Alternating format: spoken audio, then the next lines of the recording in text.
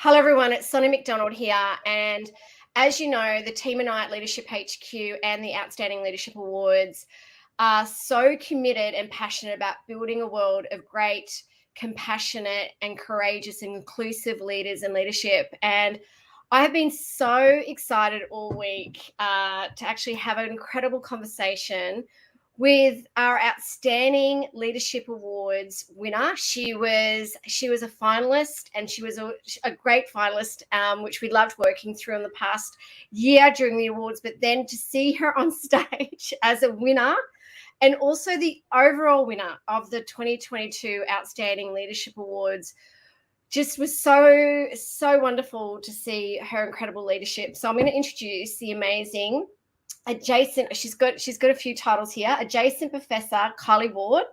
She's the CEO at the Australian College of Nursing and the Australian College of Nursing Federation. However, she's also, and I love this, a policy reformer, humanitarian, visionary, nurse, for-purpose leader, equality warrior.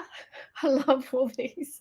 Adjacent professor, executive coach, mum, and transformation specialist. So welcome to the Leadership Lounge today, and congratulations on being our winner for the 2022 Outstanding Leadership Awards that we hosted only a couple of weeks ago. Hey, how are you today?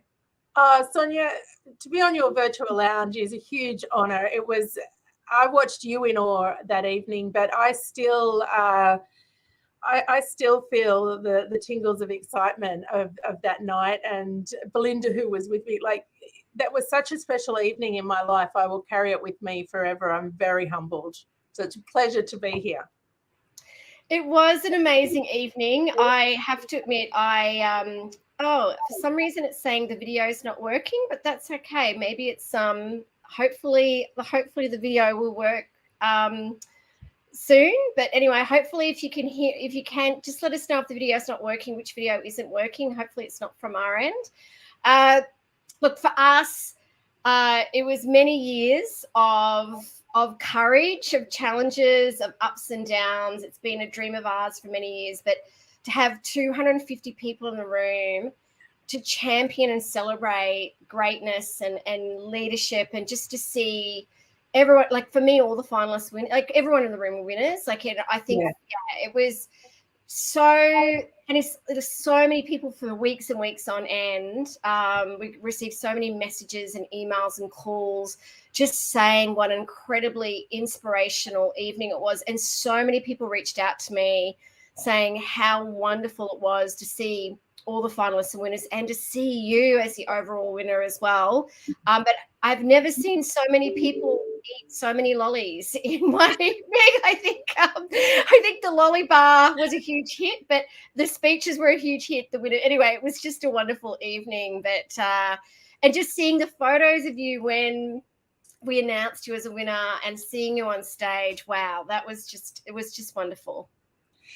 You know what, there's so many things that I love, but being in the room with like-minded people, you're right, everyone's a winner and everybody contributes in such a significant way, but having like-minded people in a room creates its own energy, doesn't it? Because, you know, that being around other people that are like you, we don't always get that in our day jobs and in our work environments. And I think that just created such a beautiful energy in the evening. And I would say with that lolly table, there was a lot of inner child fulfillment there. We haven't been to a party for a while. I think there was a bit of inner child there. I think even it had a number of people there helping us, and it got to a point where we were constantly restocking the lolly bar. A good note for next year's awards, which we're already started planning in 2023 to make sure the lolly bar is much bigger. But in terms of, obviously, leaders love lollies. What does leadership mean to you when you think about, and also like what you champion? Because you are just such a champion of leadership and compassion and empathy and courage. What does leadership mean to you? You know, it's an interesting word, leadership, isn't it? because it really is popular this turn of the century. 100 years ago, we would have all been about management. And as leadership's, the term and the philosophy and the concept and the examples have come into play, and especially for women, where we weren't even really in the workforce in the same way 50 years ago, I think leadership itself, to me, a little bit different from being a leader. I think that people who call themselves a leader, I think that's for other people to judge whether we're leaders or not, and that's around followership. But leadership really is about, are you prepared to do what you have to do, not in a popular way, but in what is right, and what should be done in the best interests of the people that you're serving. And do it in a way that is respectful, inclusive, and dignified for all of those involved. I really love that. It is doing what's right. I think that is such a powerful message around how we all have the opportunity to lead, because leadership isn't about a role or title. Leadership is, it's about action, it's about choice, it's about attitude. And I even through the pandemic and coming out now, I'm seeing a real movement, particularly around, we need greater leadership. We need more people to step up as leaders. We need more kindness and empathy in our leaders. Yes. And certainly to move away from leadership as we would have known it of the past, that is militant, hierarchical, and controlling. Sonia, if you and I went and sat at a childcare centre or a playground, had a coffee and watched, you will see intrinsically skills of people stepping up or coordinating, or how other people follow people. And I think that fascination in human behaviour is, why do we want to follow someone? Why does someone inspire us? We all have people that inspire us. But if you are somebody who is inspiring others, what is your responsibility to step up and be the best that you can be for those that you have influence or impact on their livelihood and well-being? Yeah, and it is. It's about how we can serve others. I think that's a huge one around leadership. So tell me a little bit about your journey. I'm really fascinated. Obviously, I was talking offline around stalking your LinkedIn and how wonderful seeing your career and journey. But tell me a little bit about your journey, and did you expect to be where you are today? Oh my gosh, no, not at all. I've always been a member and a fellow of the Australian College of Nursing. I never thought I'd be an employee in that regard. But, sometimes it's easier to look back at the trajectory of your life and your career to see where you get to, rather than see what's next. So when I see all the pieces and the way that there are no coincidences of why I'm here, it makes sense. But along the way, I've been a single mum for 22 years. So, by the time I was 30, I was raising kids on my two sons on my own. You need money. So back at that time, it was around survival, finances, raising kids, coordinating, very much being a mum, safety, childcare. So I think as you grow, it's really important to go, what I would say for me is to go from survival to thriving. That was a conscious decision I made in my 40s. But I've always naturally aligned to management positions and have a real love of people. But how that would come about, I think the reason that I took on this position that I did nearly 7 years ago was because, having trained as a nurse and been part of the health system and the nursing profession, I really felt like that if every nurse knew and owned their power, that the world would just be a completely different place. Because you're talking 400,000 nurses in Australia, almost 90% female. If we really understood and commanded our worth, I think we would scare ourselves and everyone else. And so in coming back to a position like this, I wanted to create as many platforms and opportunities to enable the profession to be empowered and to get the platforms they deserve. Have you seen, and I love the fact you're championing that, and I'm going to go back to, we've got a very similar kind of, similar to me 20 years ago. I became a full-time single parent and had to put a roof over our heads and money on the table. Yeah. But going back to, obviously, with, what you're doing and championing that the nursing, the nurses in the nursing industry, right? And are you seeing there's been a shift in how the role nurses play now in community and society since this pandemic or during the pandemic? Have you seen any changes?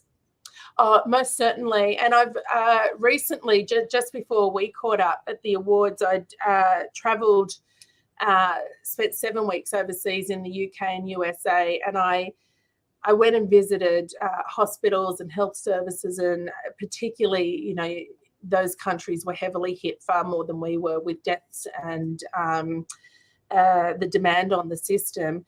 And then did a course at Harvard. So it was really good for me to reflect, knowing what we've done here. But all around the world, nursing most certainly has been put in the spotlight in a way that we didn't expect and probably didn't want. The World Health Organization had announced that 2020 would be the year of the nurse and the year of the midwife. So we planned a year of celebration in honor of probably one of the oldest professions that women have been able to participate in modern times. And of course, by March 2020, that went in a very different direction with the announcement of the pandemic. So I think with that, I think every person around the globe has been affected in some way, obviously, by the pandemic. But I think what it did for each person was reflect on how important our health is. When you see prime ministers and leaders, and when you see health outcomes like a pandemic and that little virus cross all socio-economic groups, all social determinants of health, all geography, I think that there was a humbling factor that we really, like, how important is health versus the greed that the world was sort of following, and that health and the economy will never be separate again. The trillions of dollars, the war chest that has been put into us getting healthy, and the investment of those frontline workers, whether that be in childcare, the supermarkets, the healthcare sector, the army that went out to fight for us during the pandemic has predominantly been female, and that is different from any other century, and we need to take stock of that. That's incredible. I think it is that whole new appreciation of the frontline leader. I call them leaders because, those people that are our nurses, childcare, in our supermarkets, the truck drivers, there's people that kept health and economy going, right?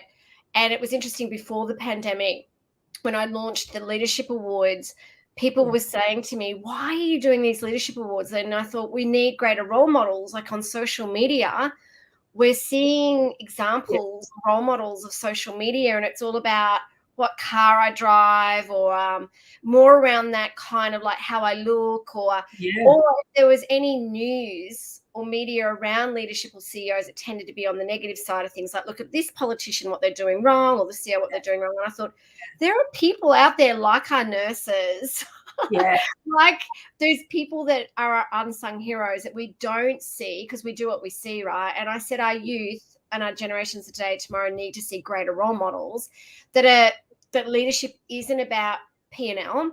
Leadership is about our actions and choices, and kindness and empathy and courage, these things. And people were saying to me, no, I just don't see it. Like, I just don't see why you're championing this. And I thought, what's going on here? Like, this is really important. Like, we need our youth and our sons and daughters and our generations of today, tomorrow, to see great role models like yourself and everyone else out there on the front line.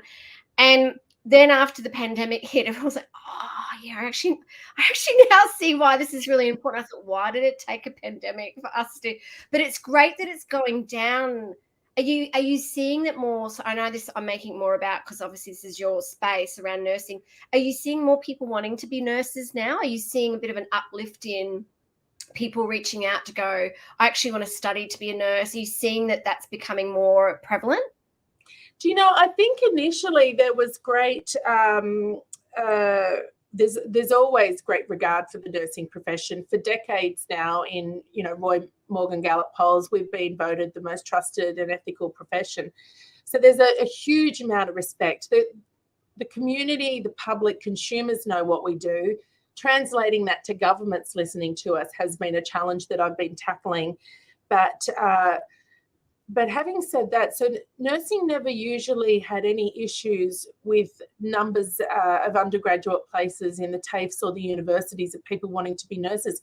But in fact, the deans of the universities are telling me this year and a little bit last year, they've seen decreased numbers, and for the first time in decades.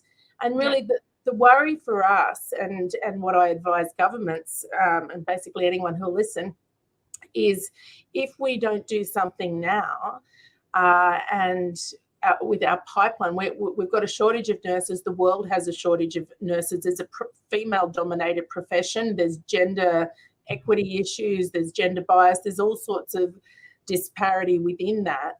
But if we're not retaining and valuing the nurses we have, and we've got less nurses going into university, we're not only got an issue now, but in 3 years and 5 years, and we're not going to be producing the nursing workforce that the country needs. So we really are right now in 2022 to 2025 at a time where we need major reform to really attract the right people. So the other thing that I would say, Sonia, when I talk to governments and they're saying, oh, we'll give a $5,000 bonus, or we'll do this, or we'll do that. Yeah, that's all great. But for me, I don't want anyone to be a nurse. That's one of the things that probably sounds funny for me, being the CEO of the Australian College of Nursing and the foundation. But nursing is not a transactional job. It's not a turn up, I'll get paid, I've got security. Who is a nurse? Why do we choose to be nurses? And, it really is around your life of service. You want to help people when they're vulnerable. You're going to be in situations that are confronting, but it's all about that giving.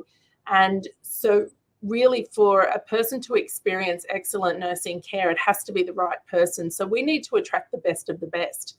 And that's the worry for me, is we need the best, the brightest, the strongest, and the kindest. And they've got other options. And so it's really important that we get it right for the image of nursing to attract the right people.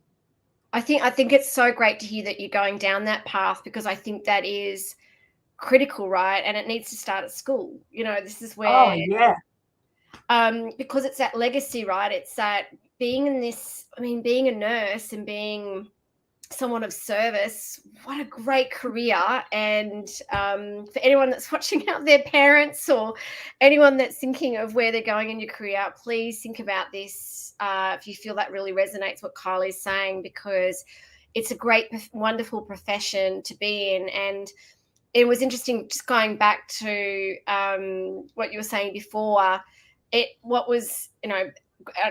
going to talk about women and leadership and things. Like, you're a CEO today, and we need to see more women. Yeah. As CEOs, I'm very passionate about this. I never thought I would be where I am today as well, and it's about courage. And I think that we need more women to be courageous. We need more women. I'm not saying it's just like men as well, like any gender, to help women at the table. And I don't know if you noticed at the awards when we took a photo of all the winners. There were 16 winners, and 14 of them were 14 of them were women and 2 were men. Unfortunately, the 2 men weren't able to attend the awards. But seeing the 14 women on that stage, wow, how wonderful was that? Wasn't that a powerful moment? And I know that the men that weren't able to be there, because I could see their comments on social media, I think, unfortunately, sometimes in your jobs you can't be there. But, you're changing the game. You really, because you didn't, you recognised women in general categories. And that was one of the things when I was on stage seeing that, when everyone came up with me, there, you had students, you had executives, you had CEO, but you had categories that were binary and non-binary. It wasn't a gendered criteria that I was aware of, but to see that strong representation, I mean, imagine being a girl. Imagine growing up, seeing that on stage. Well, what examples did we have in that same way of formidable, powerful, fierce women claiming their space, whether it be construction or like all of those different industries. I just loved it. It was a really proud moment, really honourable to be part of that. Oh, look, it was, I'm so pleased that you felt that, because thank goodness I wasn't a judge. Well, no one in our organisation was a judge. We had the most remarkable leaders who were judges. And so when we were getting when we sent out the judging packs, because we had 60% we had 100 finalists, 60% of them were women, 40% of them were men. And when we got the scoring and the comments and everything back, the team and I went, oh, okay. Like, so I was like, thank goodness I didn't judge, because it was too challenging.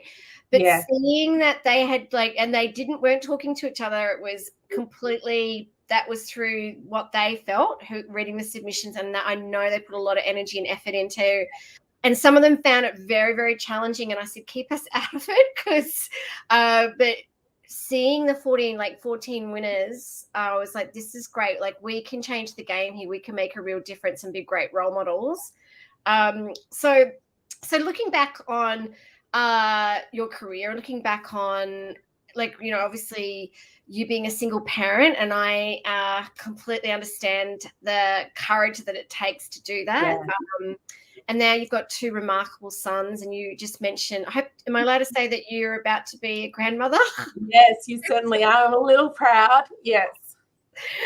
That is so wonderful. I was like, you still look amazing. Like, I'm just like, because I'm sitting there going, how can you be a grandmother? Anyway, so, but looking back, like, what advice, or what has been some of your greatest lessons in your life or career, and what advice would you give to younger self, or anyone that's watching here that's thinking of getting in the industry, or trying to be like, I want to be a CEO, I want to be ahead of the table? I know there's a lot of elements that I just talked about there, but what would you like to start with? Yeah, there's so many different parts that I could speak to this, but let me start and maybe move backwards. I mean, who I am at 52 is different to 42, 32, 22. You know, and I was pregnant at 22 with my first son. I think the beauty of that is, I don't want to be the same. I don't want to look the same. I want to see how women grow and age and claim their space, that the images that we have maybe of our grandmothers, that like, I'm going to be different. But I think that we're in a world where we can invent ourselves or reinvent the space that has only been delivered in a certain way. As a CEO, it is a lonely job. You got, you know, a 9, 10, 13 headed, you know, bosses in your boards. You're the only one in an organization, and it's always, you know, there's always a sense of who you're competing, because your organization has to perform, whether you're profit or not for profit. You've got to make money for viability.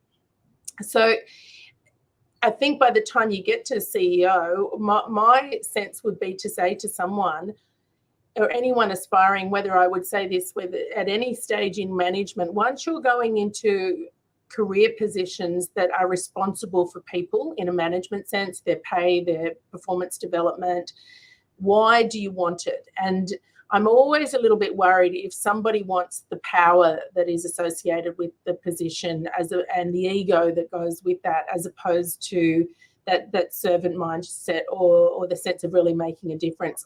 So I wouldn't want, you know, I am worried about those people who really aren't looking at themselves, and who, you know, male, female, and non-binary. Anyone who wants these kind of positions because of money or security or power or influence, as opposed to the good that you can do and the difference that you can make. So somebody asked me the other day, do I like being a boss? I'm like, yeah, actually I do, because I'd prefer to have the responsibility, being a strong work ethic, and make a difference for hundreds of lives of the people that work in our organisation.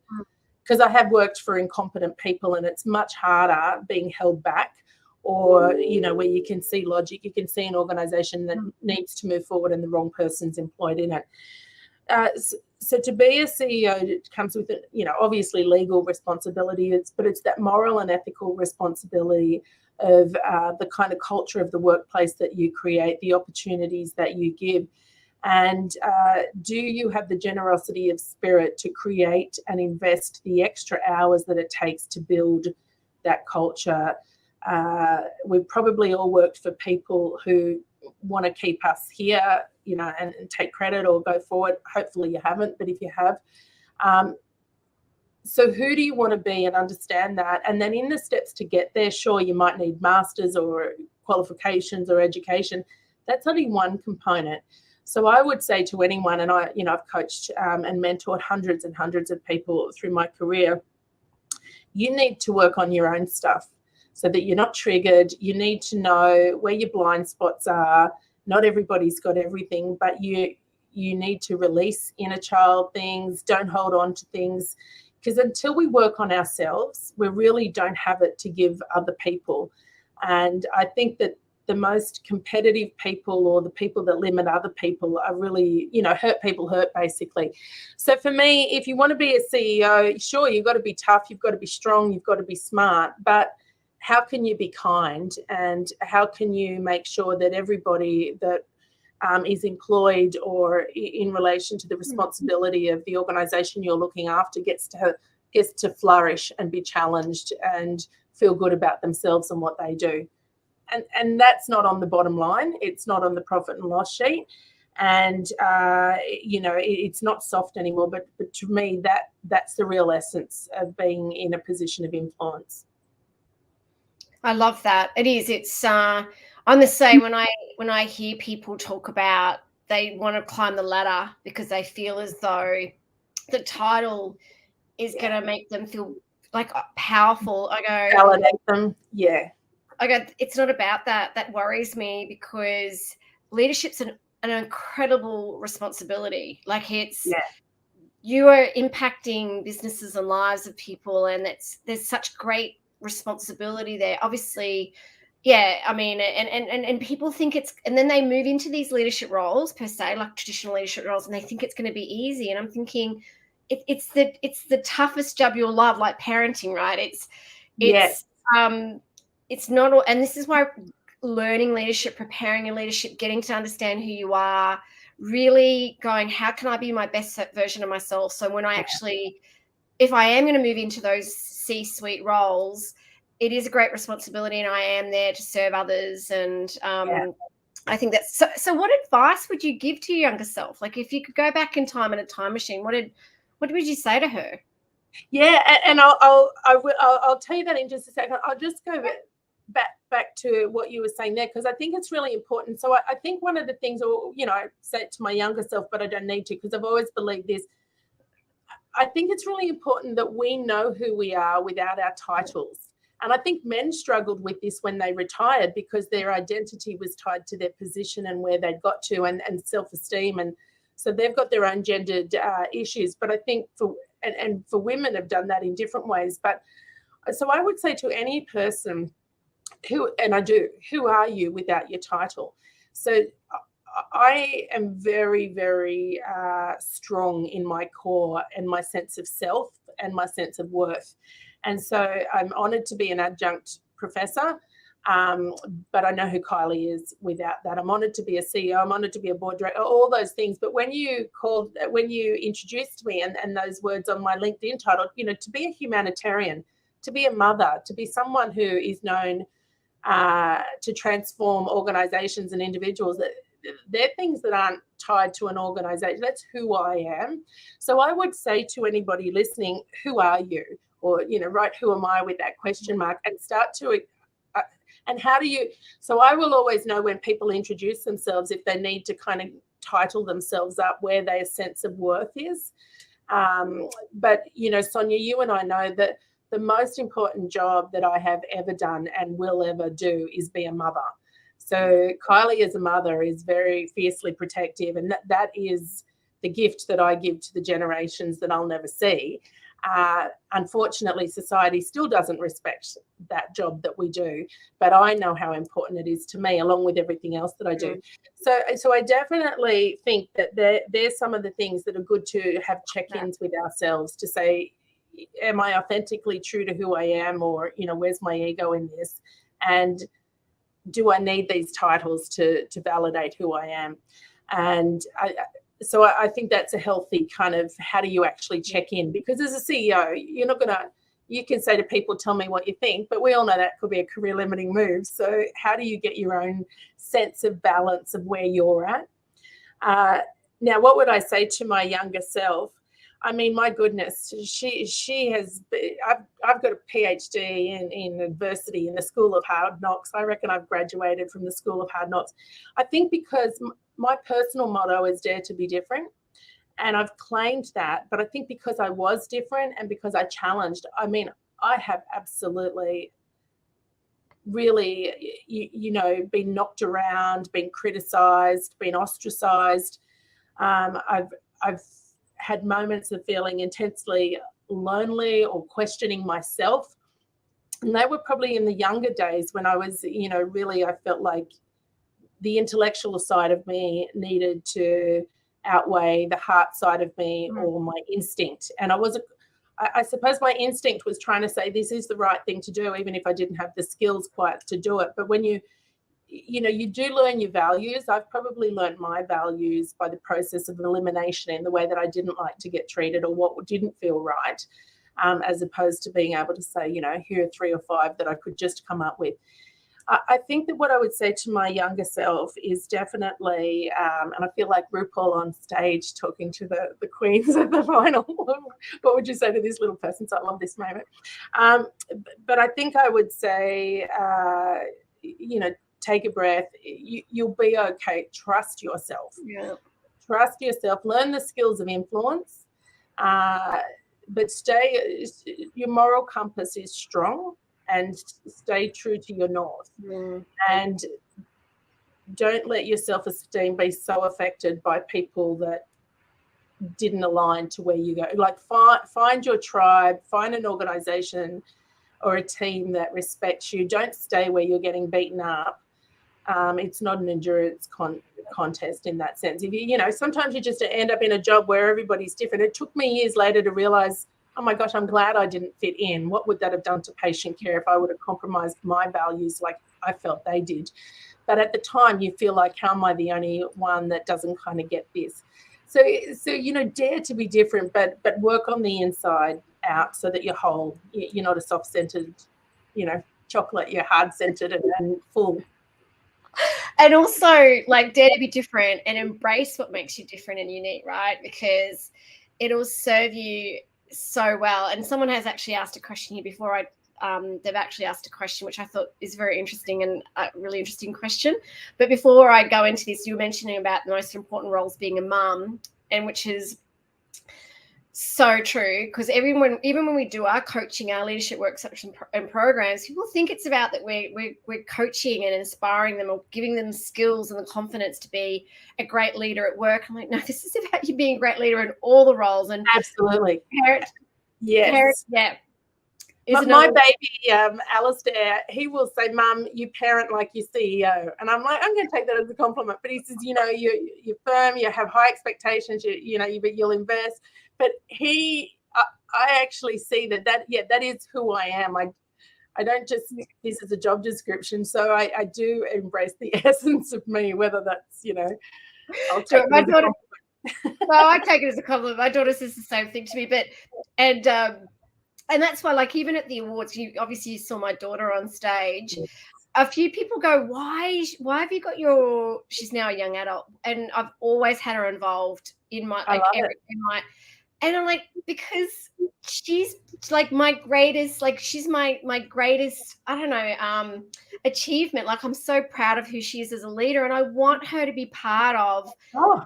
Because I'm a mum. That's what I am. First and foremost, I'm a mum. A human. Why wouldn't you want her in everything? I completely understand. And my sons, well, being a single mum and not being able to afford babysitting or childcare, they came everywhere with me. But I remember those days when they were on stage helping me hand things out for nursing and midwifery awards, or sitting next to me. The role modeling of that is, we can't even understand that, Sonia, because my mum didn't have the same rights to education. She, my grandmother, my great-grandmother, we come from bloodlines that have not had the same privilege to be educated, to acquire wealth, to, even legally be able to achieve what we achieve. And so I feel like we're really the generation that's resetting. I feel like in a lot of ways we need to be the chain breakers. And so, I often say I do things for my nieces and your daughters because I fight so strongly for women. But that's so it's just beautiful for me to see that a daughter gets a role model as a mum. Imagine what the next generations are going to be able to achieve, because we haven't had the representation and the examples in the same way. Yeah, I agree. I love that. The change. Did you say the change breakers? I like that. Chain breakers. Yeah, we're going to break those chains that have held us back. Yes. Okay, we could do that. Well, Phil's just asked a question here. Phil's done this because he's loving what you're saying, but he said, when you say, and I can't remember you saying these exact words, but maybe we can explore this. He said, when society does not respect the kind of job you do, where does this derive from? Do you remember? Yeah, thank you, Phil. I think that somewhere in my fabric, is that I'll come back. Sure, I'm a registered nurse. I've got my, all those kind of qualifications you acquire. But who is Kylie? And really, at my core, is that strong humanitarian, that strong sense of equality and justice. So I am just someone. Honestly, I could be invited to a function where nobody knows me. If I see someone left out or somebody like, I can't help but want to help somebody. It's just in my nature. So I think that it really comes from that strong sense of it's our birthright to be seen. It's our birthright to feel purposeful. It's our birthright to experience equality, even though billions around the world don't. And so I'll give you an example. And it's interesting, the criticism I got for this, but nursing, because we're around 90% female dominated, I've been championing with our brilliant men in nursing about gender inequality for nursing. Like, why aren't we 50-50? Why don't more men want to be to do nursing? And so I teamed up with some brilliant men in nursing and put a campaign out. And Luke Yokota, came up with the hashtag, "It's okay for men to care." So we've been really challenging that society that doesn't allow boys and men to go into jobs that care. And for the nurses, the men that are nurses, I mean, they really represent such brilliant human beings, because often they get their gender, their masculinity and their sexuality questioned because they want to be a nurse. But if you're a paramedic or a doctor, working in the same industry, you wouldn't. So I would say to people, if your little 5-year-old niece or nephew came up to you and said, I want to be a nurse, do we respond differently to a little girl, to a little boy? And obviously I'm very conscious of non-binary people, but just talking about even in our own unconscious bias, what are our thoughts about men going into nursing? Now, Cyprus and other countries, it's 50-50. So what's happened in the fabric of Australia, where we're so gendered that the word nursing is so intricately should be a female profession.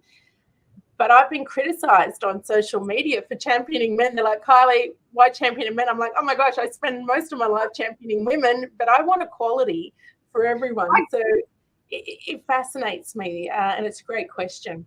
Well, a few people are like, a lot of people are like, yep, thumbs up, thumbs up. Like, I think that's so important. It's the same with like childcare workers and things like that. Like, why, we need to change the lens around, again, whatever gender. If you've got a passion to be a nurse or a teacher or a childcare worker or just go and do it. It's like, obviously similar in the I'm from the human resources space. Again, it tends to be predominantly women in human resources.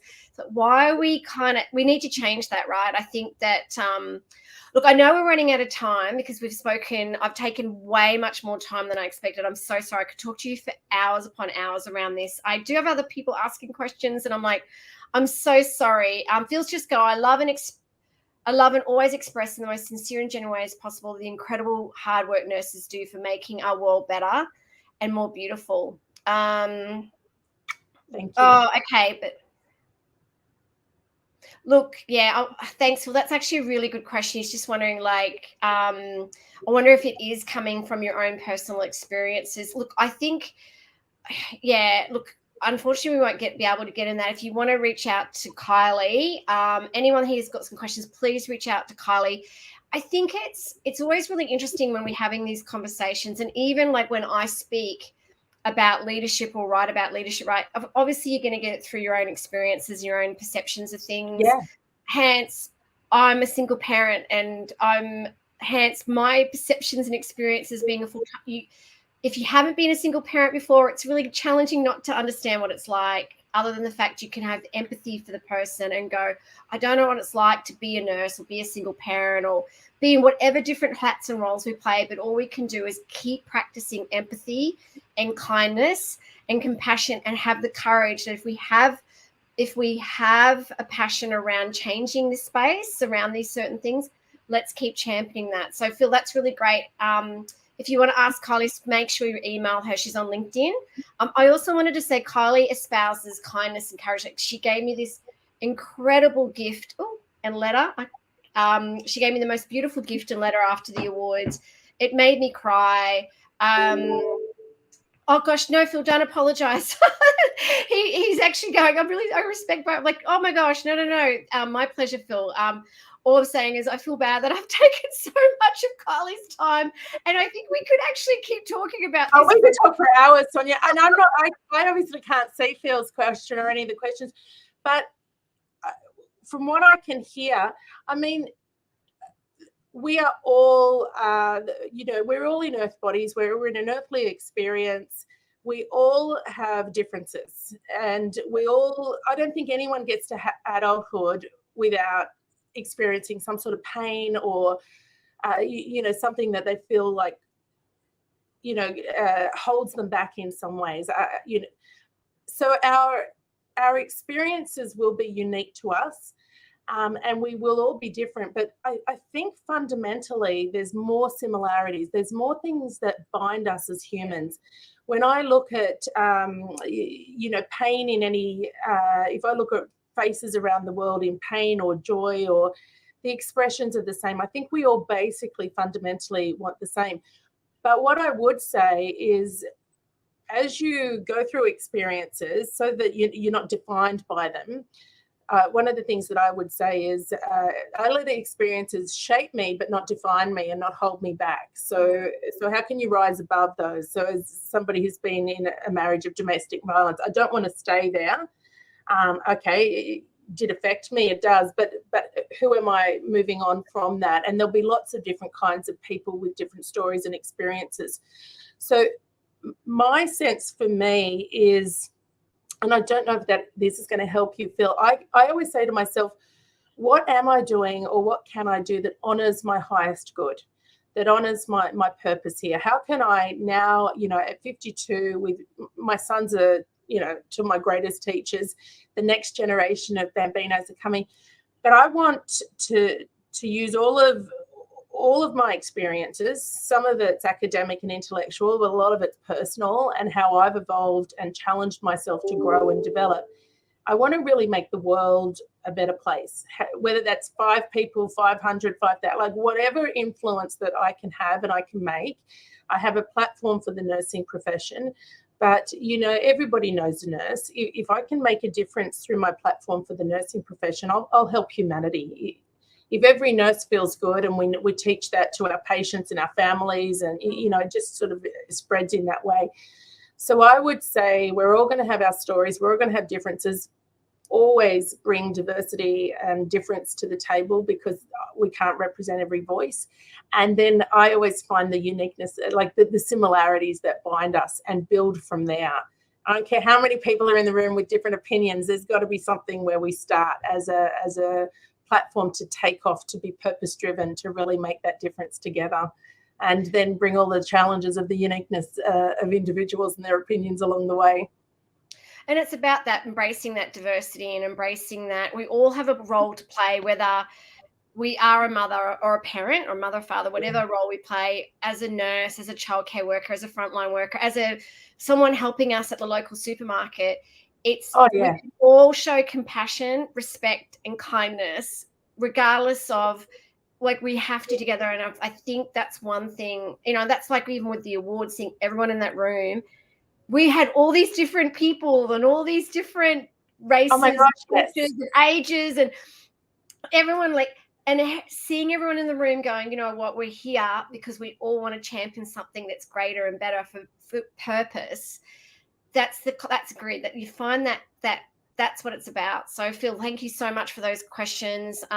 Thank you. He's written here, thank you for being you and being an incredible inspiration onto others. Bless you, Kylie, you're amazing.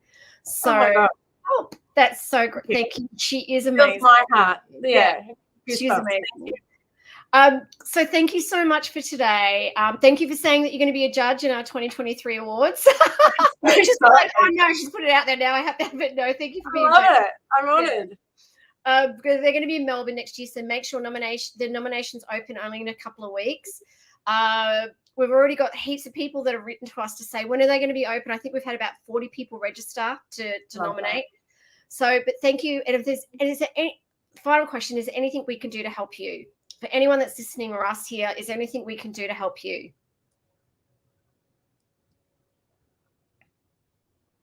Are you there? Oh, is that to me? Yes, to you. Like, is there anything I can do to help you? No, that's right. I was asking you, is there anything we can do to help you? Oh my gosh, I'm thinking, hang on, you're waiting for people to come through. Oh my gosh. I mean, you know, one of the things that, thank you for the offer, and I absolutely appreciate it. And I cannot think of anything, but just sharing space together and reminding me that people like us, you know, that sense of community already fills my heart. But I was thinking when you were talking, I didn't, you know, I do my job, and I'll take the word just out there, but I do my job and I do what I think is right.